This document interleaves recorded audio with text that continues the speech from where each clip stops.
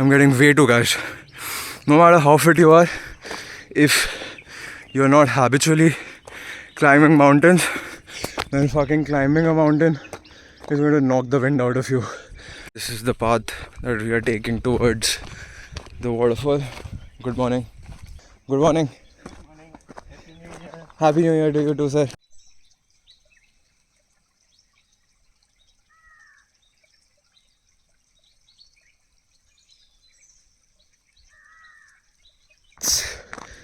It's the 1st of Jan today, 2024, and I thought there's just no way that I'm not making a video today, you know. There's just no way that I'm not starting out this year doing a review of sorts of last year.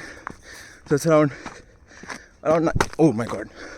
Okay, so I'll first tell you where I'm going right now. So I'm on the trail. A lot of you know this trail. I'm on the trail right very close to where I stay, and it's like a beautiful trail. It leads up to this village on top of the mountains, but that is not where I'm headed today. Where I'm headed today is another secluded part of the trail, section of the trail that usually no one takes. It leads to this small valley in the middle of the hills, and there's a quaint place there to sit. So I'm going to go there. I've ran a little bit. I'm trying to trek a little bit now while talking, so this, you know, makes for a nice zone to work out. And I'm going to find that valley, go there and hit a nice little guided meditation. Just in the nature, feel good. Alright, so now this is the trail that I came from. This is the view. This is the first opening in the trails, and I'm kind of headed there into the valley there. This opening. So this is basically the golf course, or rather the driving range entrance to Kharghar Hills. Whoo! Okay, so this way. So this is a little opening. This way leads to, or not that it, you know, not that you can really distinguish or whether it matters, but basically this way leads to that quaint little place in the valley.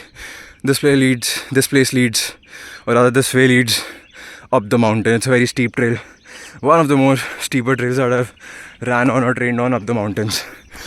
Oh yeah, so yeah, climbing is going to absolutely knock the wind out of you, no matter how fit you are. And it's not like that I'm very fit anyway. I've not been doing a lot of cardiovascular work out of sparring, except for sparring in these last few months, ever since I stopped training for the Ironman, or ever since the Ironman prep stopped in, you know. There are two people that left right there. There's apparently a small snake in the bushes somewhere, and this dad that was out on a trek with his son got a bit scared. And not saying that snakes are not scary. Of course they fucking are. Snakes are some of the scary. They scare the shit out of you. There's a reason that people absolutely freeze when they see big snakes, you know. So yeah, let's get back to what we were talking about. Yeah, so I had a couple of pretty rough years. So my 3-year addiction, 3-year nice little habit of getting stoned multiple times in a day, which started as a leisure activity. You know how it goes for everybody, you know. This is not unique for me. It starts out as something that you do. This pretty much the same story with every addiction. Starts out as something that you do to chill out with friends or by yourself. Couple times in a week, one time in a week, occasionally. Slowly turns into, you have fun in it. Slowly turns into a thing that you do every single day. Turns into multiple times in a day. Then before you know it, you're doing it by yourself as well, with friends as well.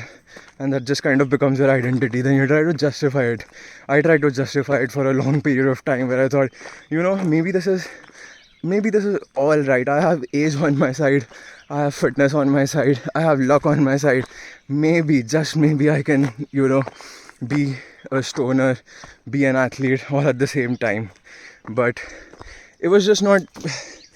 The thing is, again, I'm not saying that that's not ideal. A lot of people are doing that, but we should just all do what suits us best. And for me personally, my body and mind was 100% and my spirit was 100% revolting against me trying to self-identify and just uh, you hone this personality of being a highly functional stoner.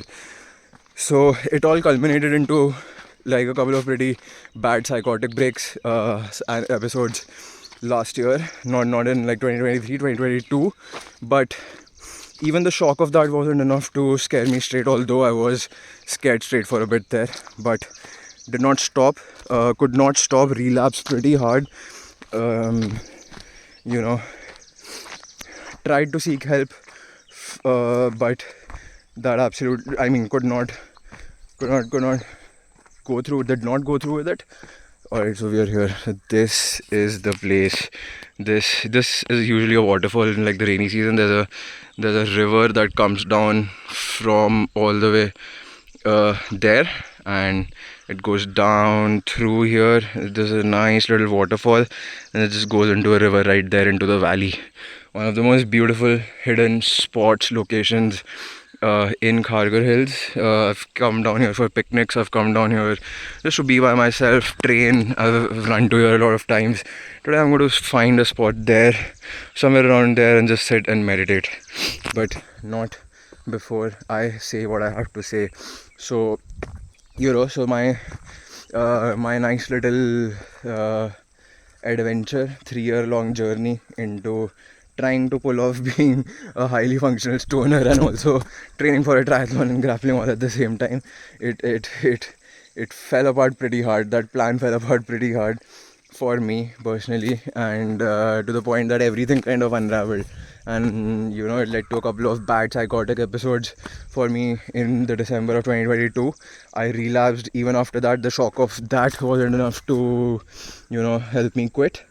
And then I also spent the entirety of 2023, most of which I was juggling getting stoned multiple times in a day, along with a very intense training routine, training for a triathlon, along with trying to grapple 2-3 times in a week. And the physical manifestation, the mental manifestation of that was an absolute and total dysfunction of my mind, to the point that a lot of you know that I was training for the triathlons, and some of you also know that I like to indulge getting stoned, in getting stoned quite a lot. But because I don't make, it's not like it's a secret, I try to joke around online on my Instagram ID about the things that I do, be quirky about it. But what a lot of you don't know is that I was spending most nights just absolutely scared for my life, because I would lie down, go to sleep, and every single night I thought I had a heart attack. I was about to have a heart attack. So my heart rate would just go up like crazy.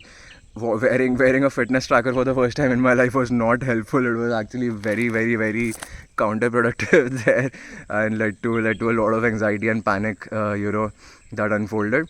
So I spent a lot of those nights feeling like I was about to die. I was having a heart attack, just pacing around everywhere. I spent a lot of those days trying to get up. Like, as soon as I would get up from anywhere, and my blood pressure would just drop like crazy, and I would just faint, or feel like fainting, and feel extremely disoriented, to the point that I felt like, okay, maybe this is the heart attack that's been, that I've been feeling like is going to happen. And it's just not a good mind space to be in, where you spend like multiple months have gone by, and every single night you're feeling like there is something wrong with your heart, or in some way you might have messed something up, right? It's just not a good mindset to be in. And if it happens a few times, it scares you, but if it happens like a lot of times, it affects you mentally, and just not a good headspace to be in. So all of this culminated in 2023 into me finally, with like a lot of help from my dad and my girlfriend, and of course after like multiple failed attempts, and just every single night, or a lot of times, just being back in that same space, same place, mentally and physically, that I promised myself that I would not go back in. It's horrible. It's not. I mean, look. I can laugh about it looking back at it, but 8 9 weeks removed from it. But it was not. It was just not a good headspace to be in, and it's not a good experience to be in.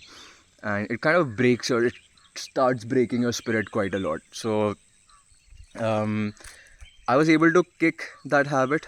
Ultimately, that's what I wanted to say. Actually, long story long, not short, and with a lot of help from my dad and my girlfriend, but not before another very very scary episode where I was in the. I mean, I was at my studio. I was just about to start training. So yeah. So what would also happen is every time I tried to strength train in a closed space, I would feel like there's something wrong with my heart, or I have like there's just something about to happen. This impending feeling of doom that just comes crashing on top of you, and it just makes you feel like there's something horribly wrong. Your life or your life is about to end. So what also happened is very unexpected at that time. I mean, now I can see what might have happened, but at that time when I was almost done with my like 1 week away from my first half Ironman triathlon, I went out for this open water swim, and through nobody's fault but my own, I escaped dying by just this much because I absolutely panicked and freaked out, and my body shut off in the middle of the lake. And if there were not people around me that saved me that day, I would have drowned. I mean, I was already drowning, but I got saved by people. And yeah, it was very bad. It was very bad, and that it did dug a pretty deep hole for me personally. The week leading up, I mean, the week after that was supposed to be my final week leading up to the triathlon. I obviously couldn't do the triathlon because I was mentally, physically in a very bad space. After the drowning accident, 2 3 days, intense digestive issues, intense stomach pain, spine pain, headaches, no sleep. It just depressed the fuck out of my mind, anxious the fuck out of my mind, and again, ending every single night with a panic attack. So all of this culminated into me finally being able to kick the habit at the starting of November. November, I decide again. I like auspicious days. I like auspicious things. The start of auspicious things, and in the month of November, my birth month, and I heavily identify as a Scorpio. And anybody that fucking hates people talking about astrology and shit can fucking suck a dick. It's not about astrology. It's about things you find value in, value systems that you create for yourself, and things that you believe in. So again, to each their own. I like to self-identify heavily as a Scorpio. There's a giant fucking scorpion on my back. That's a testament to that. So I'm not by no means an astrology, avid astrology practitioner or believer or anything like that, reader.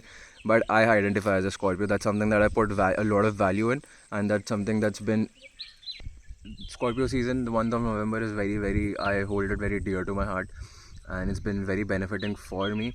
It's done a lot for me, especially this year, because in the month of November and like right around my birthday, I was finally able to kick my addiction.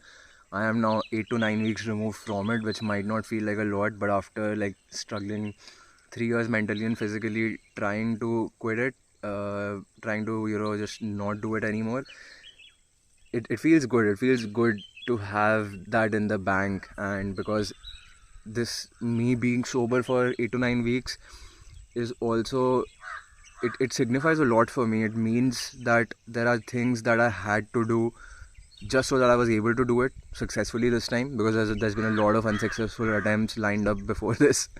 And it also means that because I was able to do this, there's a lot more things that I'm now able to do. So all of the energy that was trapped into that cycle of just procuring, using, getting high, feeling everything that comes after it, all of the energy that was trapped into that lower spectrum is now free and is now engaged in activities that are that gives me energy that's vibrating at a much higher level.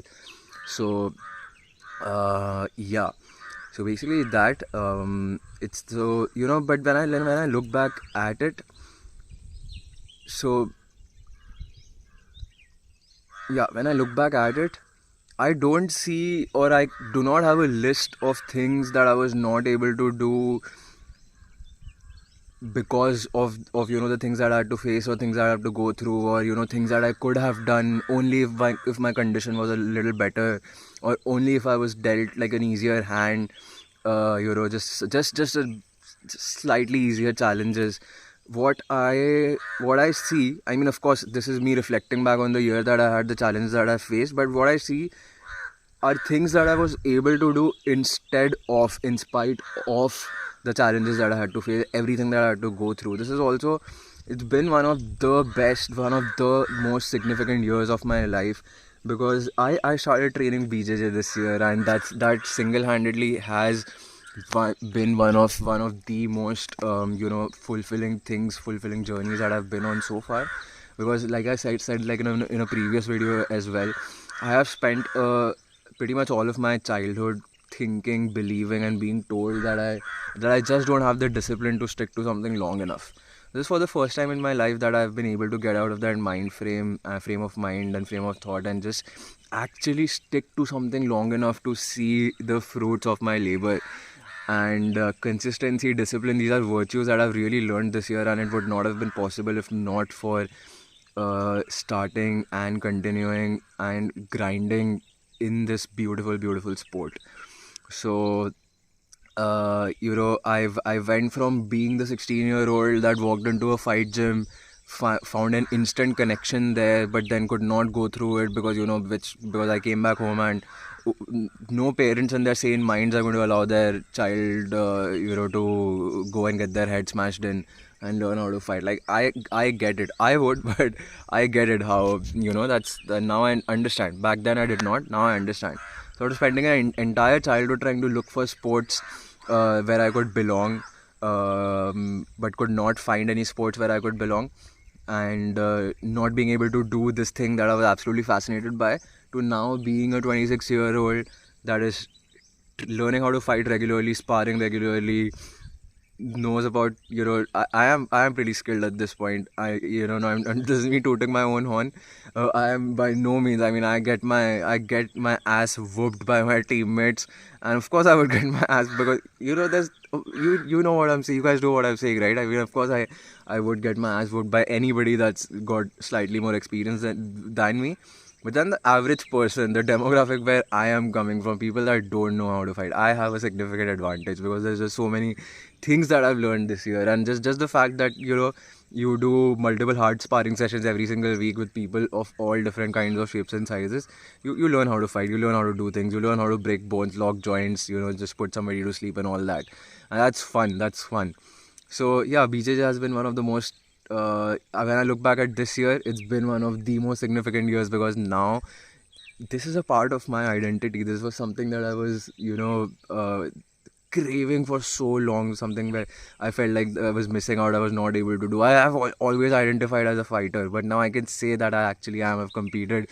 I've got some big news dropping this year as well. Some things that I'm planning that is actually going to just help me say it without feeling like I'm going to get judged by others that are actually fighters. I can actually say that that I am a fighter, that I fight and I compete and I train for it. So yeah, all big things coming. So this year, a lot of BJJ, a lot of fight training. I started some striking as well, which I'm going to continue on this year. This is the year that I was able to successfully build a meditation habit, that I was successfully able to, just the fact that I'm not getting stoned every single day now.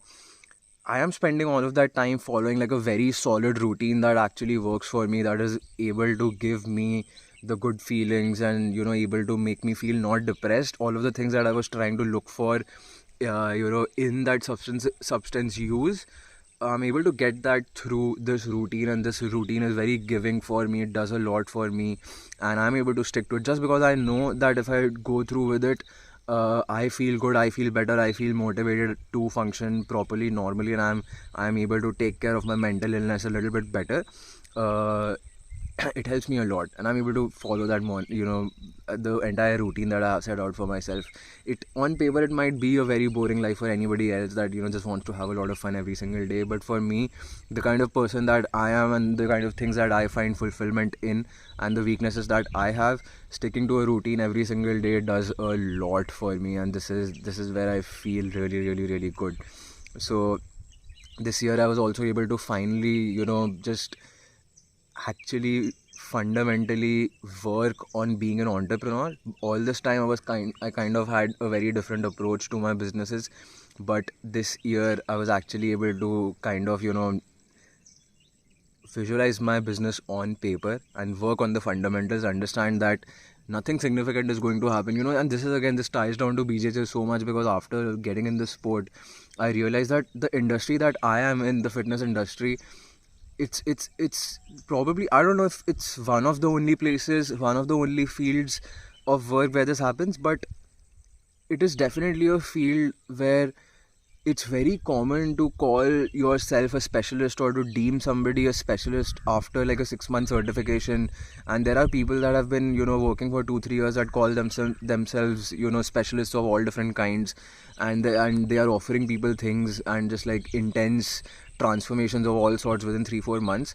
But I did not realize how absolutely absurd, I mean, of course I did, but I could not realize how absolutely absurd it was until I started training BJJ. Because in BJJ and in such an art form, you need like 10 to 20 years to become a master at anything. Before you're a black belt, you have to go through all that entire process of being that white belt, that clueless white belt first, the fool first, that does not, absolutely has no idea what they are doing, that are getting mishandled by other people, other people with more experience. And then you just have to go through that intense, grueling process of getting your ass kicked every single day, learning the first 4 years just how to survive, getting those fundamentals down to the point where they become second nature to you, and then progressing, then getting your promotion, then getting your, rankings updated. So I was able to bring that mindset, and this I was able to take that mindset and apply it to my own work, where now I take complete comfort in the fact that I am an absolute amateur, I am an absolute white belt in entrepreneurship.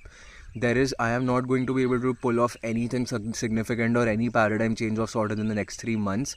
But if I make sure that I spend the next 4 years just getting after learning the fundamentals of entrepreneurship like a madman, like a crazed individual, like a true professional, if I can do that, then the 4 years after that, I will be able to do things that are a bit fancier, that are going to be a bit more lucrative, just do some more fancy moves. And then if I'm able to do that, then I'm going to be a purple belt, I'm going to be a brown belt, eventually I'm going to be a black belt that is pulling off some pretty significant things in entrepreneurship. So I was able to learn that this year. So I've been, that's what I've been doing. I've been focusing on a lot of fundamentals of entrepreneurship, just learning what are the building blocks that it takes to, actually build businesses that are lucrative on paper as well, not just in your minds. So that I was able to, my dad obviously helped me quite a lot in trying to kick this addiction. So I was to be able to do that, and to, to seek help from him, which I was feeling very guilty about and very unsure about, but I'm glad that I did, to seek help from him. I realized that I am so blessed to have like my dad in my life. It's because if not for him, I mean, all of the anxiety, all of the panic that I was feeling about, again, having these episodes, which was, later diagnosed as a panic disorder, as a disorder of the mind, to have him, to go to him and just confide in him and ask for help, I actually realized that there was nothing wrong with me, and a lot of it was just anxiety and stress. Because when I did ask help from him, I found instant relief from a lot of what I was dealing with anyway. So yeah, I'm just grateful to have my dad in my life, because the way that he makes me feel protected, and the level of comfort that I feel. What I'm trying to say is, I mean, it's very complicated, but what I'm trying to say is that everything said and done, I feel protected. I feel really, really protected. I feel really, really safe when I'm able to confide in him, and just to know that he's there in my life. And it's just great. It's just such and I'm not able to say this enough, but again, we did spend the last 4 years just trying to numb out everything. But now I want to be more vocal about this, at least to myself, if not anybody else, then to myself. I may not be able to just go and express this to my dad right away, but if I'm able to express this loud enough to myself, and every single day, then maybe again we can build up to a point where our relationship is it's already pretty affectionate, it's already pretty loving, but where I'm able to express these things a bit more freely, little bit more without being too anxious or without thinking too much about it.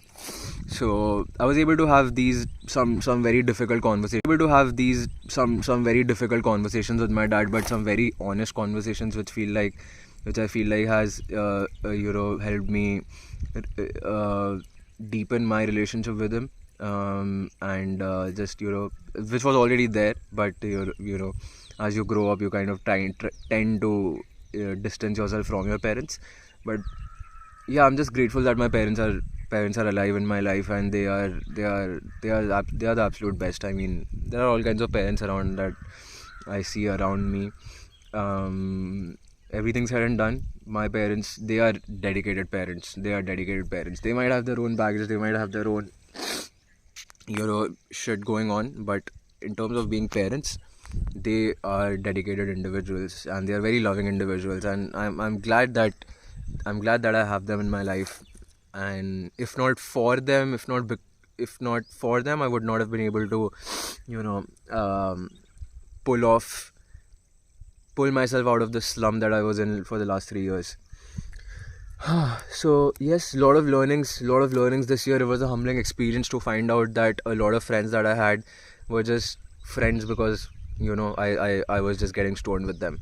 So, and once you stop doing that, you realize that. But then it's just like, it's made me question what a friend in general is anyway, except. So, and I have no judgment for these people. I have no judgment for friends that I only had because I was getting stoned with them. Because again, when I look back at the memories that I made with them, I feel warm. These are memories that I'm going to cherish forever, and nothing takes away from the memories that I made with my friends, getting stoned in all kinds of different places, just talking, shooting the shit, and just having a good time. Because these are, when I'm an old man, I'm going to remember these memories, and I'm going to cherish them, and they're going to make me feel warm. So nothing takes away from that. I have no judgment for them. I'm just happy and glad when I look back at the time that we spent, at the conversations that we had, because they were important life experiences as well. Just for me personally, it was time to move on from just having my energy stuck in getting stoned every single day, multiple times in a day. So that's where we are at. That's what 2023 has been about. Probably by far the best year of my life. I am a one stripe white belt because I did get some fundamentals down of entrepreneurship this year. So I would say I'm a white belt in entrepreneurship and Brazilian Jiu-Jitsu this year.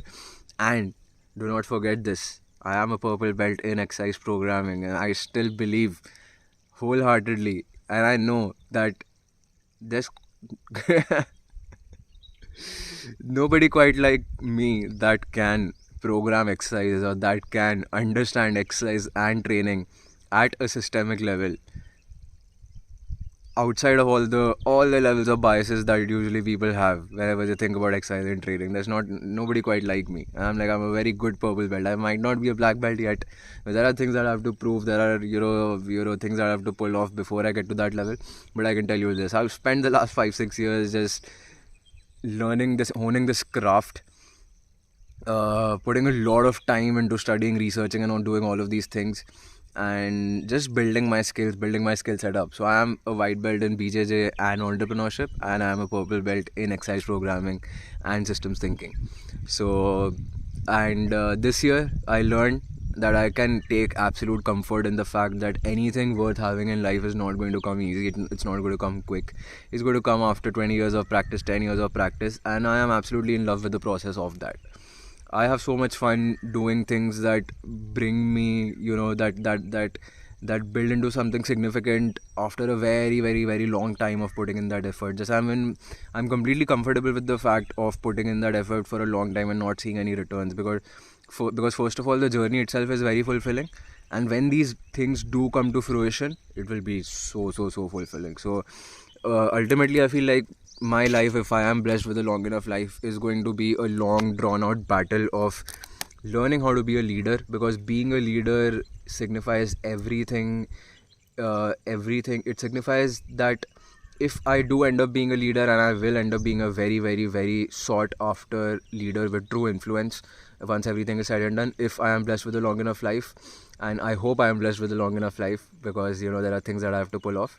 So if I am able to become the leader that I think I can, if I am able to become the leader that I envision I can be, it will mean that I would have overcome everything that once felt shackled by, that I would have overcome everything that I once felt limited by, and all the weaknesses that I had, everything, just being shy, not being able to put my opinion in front of a room full of people, not being able to speak in front of a room full of people, not feeling like I'm good enough, good looking enough, well spoken enough, have anything good to say enough to to basically hold attention of people or command attention. So yeah, just I've spent a childhood that was full of that. Just the story was that I've always felt like I didn't belong, or I've always felt like I was not realizing my true potential, because I was just thinking too much about things, or feeling too shy, feeling too anxious,